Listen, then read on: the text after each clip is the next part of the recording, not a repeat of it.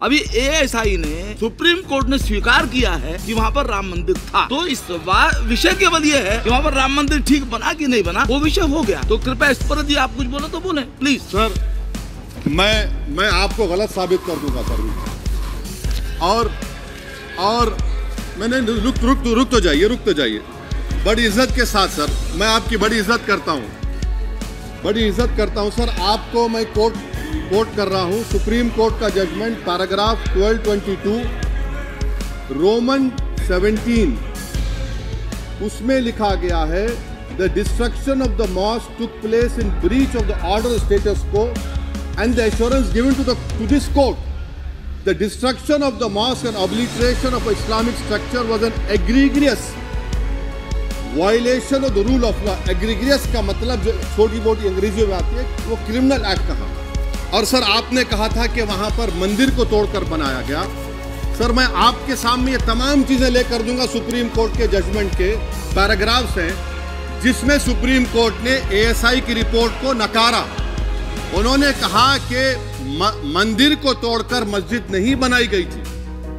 Supreme court ने कहा नहीं, 6 दिसंबर के ऊपर कोई जश्न नहीं है। राम मंदिर के निर्माण की जो प्रतिष्ठा हुई है उसको संबोधन करता और वो सर्वोच्च न्यायालय के द्वारा तथ्यों के आधार पर दिए गए निर्णय के कारण से हुआ है। सर्वोच्च न्यायालय का निर्णय है, तो तथ्यों के आधार पर निर्णय है।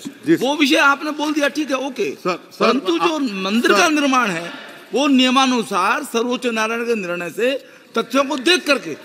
एक सेकंड, आप इस्लाम के बहुत जानकार हैं, विद्वान हैं वैसे भी अब कानून के। यदि किसी अन्य धर्म के स्थान पर मस्जिद बनाई जाए तो शायद उसको मान्य नहीं किया जाता।